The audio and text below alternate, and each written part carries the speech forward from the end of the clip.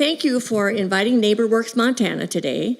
I'll share with you a little bit about resident-owned communities that we refer as ROCs, R-O-C.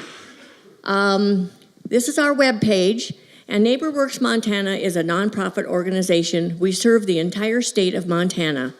We provide homebuyer education through our partners such as HRDC and Homeward, who will be here shortly. We assist first-time homebuyers in finding financing, and we always have a first mortgage lender, so we keep sure that we have our lenders intact.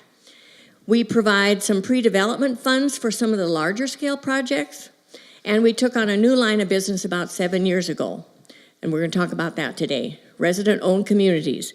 To follow Kathy, all of her funding programs that you saw were a part of this. So the story starts with Red Lodge, a blighted community consisting of 32 mobile homes, a mobile home park with sewage coming out of the ground, in disrepair, and the site became for sale. Everyone knew that 32 homeowners, residents would be displaced, and there was nowhere for them to go. We also knew that the cost of housing that would be placed in the place of this community, once it was cleaned up and the blight removed, would be high dollar housing. So there was a void going to occur with affordable housing and this mobile home park.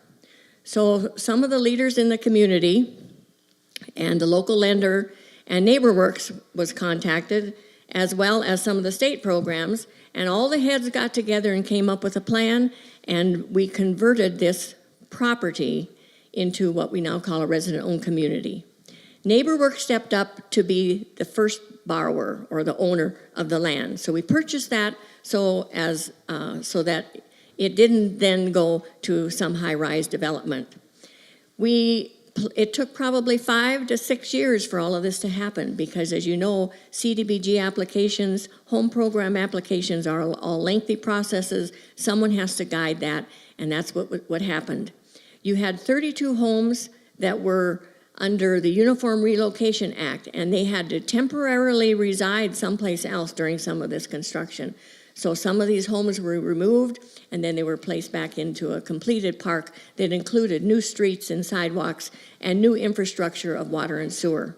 So it's a brand new subdivision to the city of Red Lodge, and it couldn't have been accomplished without all of these funding sources. So Kathy also mentioned compliance, ongoing affirmative fair housing marketing plans. NeighborWorks is called a technical assistance provider. And once we are involved with a resident-owned community, we're there for life, pretty much. I have been providing assistance to Red Lodge since the inception, and I continue to do so. We have 7 or 8 of them completed in Montana. We'll do it anywhere. We will visit with a seller who is willing to sell. We convene the residents and approach them on what could happen if they became owners of the community. So what happens is the seller gets appraised value, market value. The purchaser is formed into a nonprofit organization that's operating like a cooperative. The residents still pay lot rent, but they become a member of an organization. So a membership fee is typically, maybe you could call it a security deposit. However, it's a one-time membership fee. And many of them do not pay any annual fees at all other than the lot rent. 2 success stories, Red Lodge and Green Acres in Kalispell. If you want to switch to the other one. This story talks about Green Acres in Kalispell. Both of these 2 were done about the same time. And the purpose of the websites up here is that you can access them and get a short video. You can read more about conversion of a community into a resident-owned community. Historically, the camper back in the day was a rolling camper, and when emergency housing need arose, they did the mobile homes. Most of the communities we work in have old mobile homes. No one will offer help to them. No one will fix them. They're mostly pre-1976.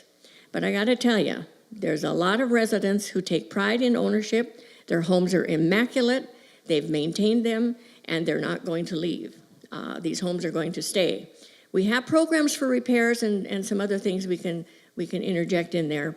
But basically, a lot of the stories that are told from the residents are facts that they used to live in town and with a white picket fence, but something adverse happened, so they had to lean to something more affordable, and they migrate to these residential home communities. We all know that over the years they've deteriorated immensely.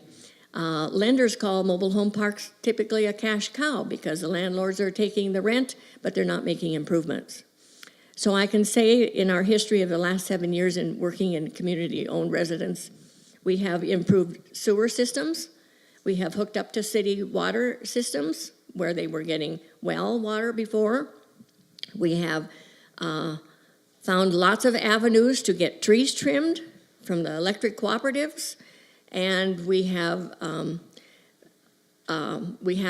whole section relative to training that we provide through Rock USA, which is located in the eastern part of the United States, is how we are a member of the Rock USA. And that training is called Community Leadership Institute. It's offered annually, and we send our board members to these training sessions. Presidents start out being very excited about week 2. They're calling, saying, what do I do with all the dogs? What do I do with the drug addict down the street that's causing problems? What do we do? And the one in Kalispell quit 3 times in the first 3 months. I encouraged her, begged her that I would help with the dog problem. And those are kind of easy fixes because you just follow the city ordinances. But as time went on, she took a grasp. She has been to those leadership institutes. She has become a leader in the community. She is knowledgeable of city and county laws, rules, and she is now a member of the National Rock USA Board and meets with them on a quarterly basis. So we not only fulfill an affordable housing avenue, but we also elevate a certain standard of living and knowledge, I believe. So if you're interested, we'll go anywhere and look at any park throughout the state, because that's, I guess, what we do. We have an interest in one in Havre, we have some in Missoula, Kalispell, Great Falls, and I'd like to see one in Billings. That's where I'm located. So if you want to look at NeighborWorks website, you'll find my contact information and anyone else that's on the team. So did I do it in time? You did. Thanks, Mary.